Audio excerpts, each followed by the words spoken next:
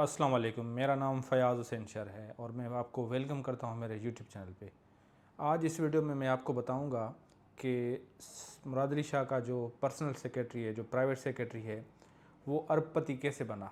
वो अभी तो खरबपति बन चुका है, लेकिन उसकी कहानी शुरू होती है कि अब्दुल्ला शाह, जो मुराद अली शाह साहब का फ़ादर था, सीएम था, और सलीम बाजारी का जो वाल साहब था, मोहम्मद हसन साहब, वो जो था प्राइमरी टीचर था। और उसके साथ उनके साथ दोस्ती थी अब्दुल्ला शाह के साथ, और अब्दुल्ला शाह साहब का मुरीद था। और ऐसे समझे कि मैं क्या बोलूँ, आगे नहीं बोल सकता, वो डेथ हो चुकी है। तो जो सलीम बाजारी थे वो बेचारा मुराद अली शाह के बंगले हवेली में काम करते थे। इस तरह समझे कि नौकर या मुरीद या खलीफा, इस तरह कुछ करते करते काम। और जब अब्दुल्ला शाह ने इनको नवाजना शुरू किया, और अब्दुल्ला शाह ने सलीम बाजारी को पिटारो कॉलेज में एडमिशन लेके दी, और इनके पास चाय के पैसे नहीं होते थे, सारा ख़र्चा इनको अब्दुल्ला शाह देता था। और ये दोस्ती चलती रह गई, चलती गई। जब 94 में इनको अब्दुल्ला 94 में इनको पीपल्स पार्टी ने सब इंजीनियर की पोस्ट दी थी। अभी भी जो है वो 18-19 ग्रेड के ऑफिसर हैं, लेकिन 15 साल से आप मुझे बताएं किस तरह पीएस बना हुआ है मुराद अली शाह का। पहले फाइनेंस सेक्रेटरी था, तब भी इसका पीए था। अब मुराद अली शाह 10 साल से सीएम सिंध है, और 10 साल से इरिगेशन का मुलाजिम इसका पर्सनल सेक्रेटरी कैसे बना। और इसी दौरान उसने अरबों रुपए की जायदाद बनाना शुरू की। ये जो सलीम बाजारी है, इनकी खरबों की जायदाद है। अगर इसकी टोटल अगर आप सैलरी काउंट करें सलीम बाजारी की, तो 2-2.5 करोड़ से ज़्यादा नहीं होगी। 2.5 करोड़, 3 करोड़ कर दें अभी तक सैलरीज जो भी होगी, सैलरी जो इनकम है।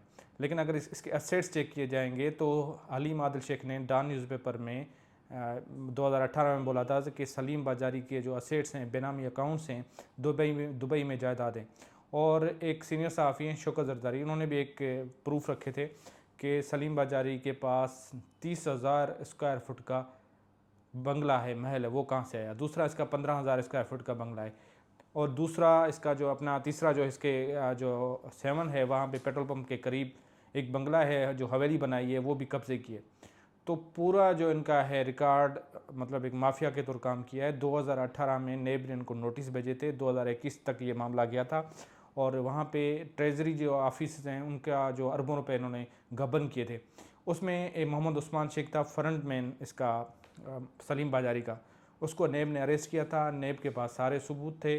नेब को पता चला कि इसने अरबों रुपए की सलीम बाजारी ने करप्शन किए। झूठे बिल बनाना, पेंशन की कटौती, मेडिकल अलाउंस की कटौती।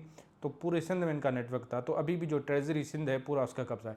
ना सिर्फ ट्रेजरी सिंध, और सबसे बड़ा जो सिंध में इदारा है जो रिक्रूटमेंट करता है, असिस्टेंट कमिश्नर डीएसपी, सिंध की जो ब्यूरोक्रेसी है, उसका भी जो पावर कॉरिडोर है सलीम बाजारी के पास है। सलीम बाजारी ने नौजवानों का मुस्तकबिल तबाह कर दिया। बताया ये जा रहा है कि सिंध पब्लिक सर्विस कमीशन को उन्होंने 7 पब्लिक सर्विस कमीशन बना दिया। राहो पुटा हो गए, चन्ना हो गए, बाजारी हो गए। तकरीबन 100 से 200 लोग जो हैं, 200 लोग सिर्फ बाजारी फैमिली से इन्होंने 17-18 ग्रेड की जॉब दी है। 100-150 रायपोटा को सिकंदर रायपोटा है, फार्मर एमपी। रशीद चन्ना, अभी जो रिज़ल्ट आया है सीसी का 2024, इसमें सिर्फ 70 लोग पास किए गए। और 70 लोगों में से मज़े की बात है, टोटल जो सीट अलोकेशन करनी है 65 करनी है, सिर्फ 5 बंदे वही पास हुए हैं जो ऑलरेडी असिस्टेंट कमिश्नर हैं। उन्होंने अपने भाइयों के साथ एग्ज़ाम दिया है, उनको कॉपी कराई, चीटिंग कराई, और बोलेंगे ये देखें, ये तो पहले थे असिस्टेंट कमिश्नर थे, इनको हमने अलोकेट नहीं किया, तो ये तो 100% मेरिट, 65 लोगों को ही सीटें देनी है। सब के सब जो 62 लोग हैं, सब ने जिन्होंने पैसे भरे उनको। तो अभी जो फार्मर चेयरमैन था वसीम अहमद, उसका ख्याल था कि 3 दिन के अंदर ये सारे इंटरव्यू ले लेगा और कुछ नहीं होगा। लेकिन सिंध के नौजवानों ने रेजिस्टेंस शो किया, सिंध के नौजवानों ने हाई कोर्ट में केस किए, सिंध के नौजवानों ने जो है प्रोटेस्ट किए, और उसके बाद जो है वो इस पर स्टे ऑर्डर लग गया। मामला सिंध हाई कोर्ट के पास चला गया, और सिंध हाई कोर्ट ने इस पर सख्त रिमार्क्स दिए कि आपने दुकानदारी लगाई हुई है, आप नौकरी ऐसे सेल कर रहे हो जैसे गली में, हर गली में आपका एजेंट है, और बच्चे बच्चे को रेट का पता है। तो इस पर केस चल रहा है, और अभी 22 तारीख को इनको डेट दी गई है। और ये भी रिमार्क्स हैं कि आपके असिस्टेंट कमिश्नर को स्पेलिंग लिखना नहीं आती। आप बलूचिस्तान चले जाएं, पंजाब चले जाएं, बलूचिस्तान के दही इलाकों में चले जाएं, वहाँ का जो असिस्टेंट कमिश्नर है वो सिंध पब्लिक सर्विस कमीशन से जो डीसी हो गए हैं अभी तक, एसी से उनसे ज़्यादा काबिल हैं, उससे ज़्यादा कॉम्पिटेंट हैं। ये रिमार्क्स हैं जुडिशरी के जज साहबान के। सवाल ये बनता है कि उनको खामोश कराने के लिए, इस आवाज़ को दबाने के लिए सलीम बाजारी, वसीम अमन ने जो जर्नलिस्ट थे उस पर एटीसी की एफआईआर कराई, पीका के एक्ट लगाए। जो पीपल्स पार्टी अपने आप को जमहूरी कहती है, जमहूरियत का चैम्पियन कहती है। बिलावल भुट्टो बार बार क्लेम करता है कि हम क्रिटिसिज्म बर्दाश्त करते हैं। नौकरियां अरबों रुपये की सेल करें, इम्तियाज़ चंद, फयाज सेंशर, रफ़ीला कुरैशी पे आपने एटीसी की और पीका एक्ट की एफआईआर लगा दी, वो झूठी और बोगस एफआईआर। इससे इनको लगा कि सिंध का जो शऊर है, सिंध के जो नौजवान हैं वो खामोश हो जाएंगे, लेकिन सिंध के नौजवान इस पर खामोश नहीं। अब सवाल ये मैं करना चाहता हूँ पाकिस्तान के अहम इदारों से, हसास इदारों से सवाल करना चाहता हूँ जिनके पास पावर है।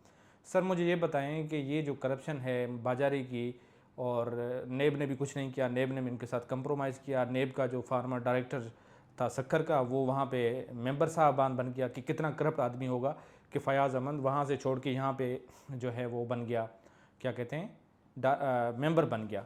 मतलब यही इनकी उम्मीद है कि रिटायर के बाद, अंग्रेज़ों ने कानून बनाया था कि 60 साल की उम्र के बाद मेंबर होगा, मतलब जिसके पाँव कब्र में होंगे और खुदा का डर होगा। लेकिन इतने फैसले इनके खिलाफ आए हैं, इनके बाद भी इनको शर्म है नहीं। रिजवान अमन जो अभी मोहम्मद रिजवान जिसको चेयरमैन बनाया गया है, इसके लिए अरेस्ट वारंट निकले, हाई कोर्ट ने अरेस्ट वारंट निकाले और लाड़काना हाई कोर्ट ने इसको मुअत्तल किया। उसके बावजूद भी ये 5-6 महीने के लिए सीट पे मर रहा है कुर्सी से। जब कुर्सी से उतरने की नहीं सोच रहा कि 5-6 महीने भी मैं कमा के जाऊँ। 65 साल की उम्र करीब है, पाँव कब्र में, फिर भी अल्लाह से नहीं डरा। लेकिन आज भी फैसला आया कि कल फैसला आया लाड़काना हाई कोर्ट से कि लाड़काना हाई कोर्ट ने कहा है कि आपके जो तकरीरी हैं चेयरमैन की मेंबर, वही गलत है, वही गैर आइनी है, गैर कानूनी है। कहाँ पे लिखा है कि एसपीएससी के रूल्स में कि आप केयर टेकर चेयरमैन लेके आएँ? तो इनकी देखें, कोई इनकी रिलेशन में कोई कानून नहीं है इनकी। जब मैनेजमेंट ही जो है रिक्रूटमेंट ही प्रोसेस गलत है, तो आगे क्या मेरिट करेंगे? इन्होंने नौकरियाँ इतनी सेल की, सिंध के नौजवानों का मुस्तकबिल इन्होंने सेल कर दिया, ओपन मार्केट लगा दी। गली गली में रेट पता है किसका रेट क्या है, क्या होता है। ऐसे डीएसपी उठा लिए जिनको अपनी स्पेलिंग नहीं आती। वो जो डीएसपी है इसका इनको जो है शॉर्ट फॉर्म नहीं आता, एब्रीवेशन नहीं आती इनको, इनकी स्पेलिंग नहीं आती, लेकिन वो भी डीएसपी बन गए। किसने क्या किया तो वो तो सबके आवाम के सामने है।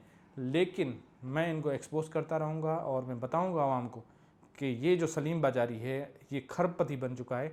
लेकिन हमारे नेब, एफबीआर, असातिदारों को नज़र क्यों नहीं आ रहा? क्यों नहीं आप इनका हिसाब करते हैं? क्या ये कानून से ज़्यादा बालातर है, पाकिस्तान के आइन से बालातर है, इदारों से बालातर है? और ये तो चैलेंज करता है कि मुझे कोई भी इदारा जो है हाथ नहीं लगा सकता। मैं फील्ड मार्शल साहब से रिक्वेस्ट करता हूँ, काइंडली सर, काइंडली सिंध के मुस्तकबिल के लिए, पाकिस्तान के मुस्तकबिल के लिए अगर सूबे में मेरिट होगी तो पाकिस्तान भी तरक्की करेगा। अगर ऐसे करप्ट बंदे बिठाए जाएंगे तो क्या होगा, मुल्क का क्या होगा? तो अभी से ये बात वायरल हो गई है कि मुराद अली शाह को जाना पड़ेगा, इसके साथ सलीम बाजारी को भी जाना पड़ेगा।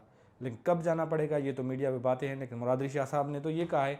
ये तो बातें 10 साल से सुन रहे हैं, मुझे कोई नहीं हटा सकता। लेकिन तौबा इस्तग़फ़िरुल्लाह, ये अपने आप को फ़्रॉन समझते हैं और मैं इससे वर्ड्स यूज़ कर रहा हूँ क्योंकि जो उनकी जेस्चर हैं, जो लोगों को ये मैसेज देना चाह रहे हैं, इससे यही पता लगता है कि इनको ना खुदा का डर है, न किसी इदारे का डर है। ये अपने आप को कानून समझते हैं, ये अपने आप को ये समझते हैं कि ये जो सीएमशिप है इनका डिवाइन राइट्स है।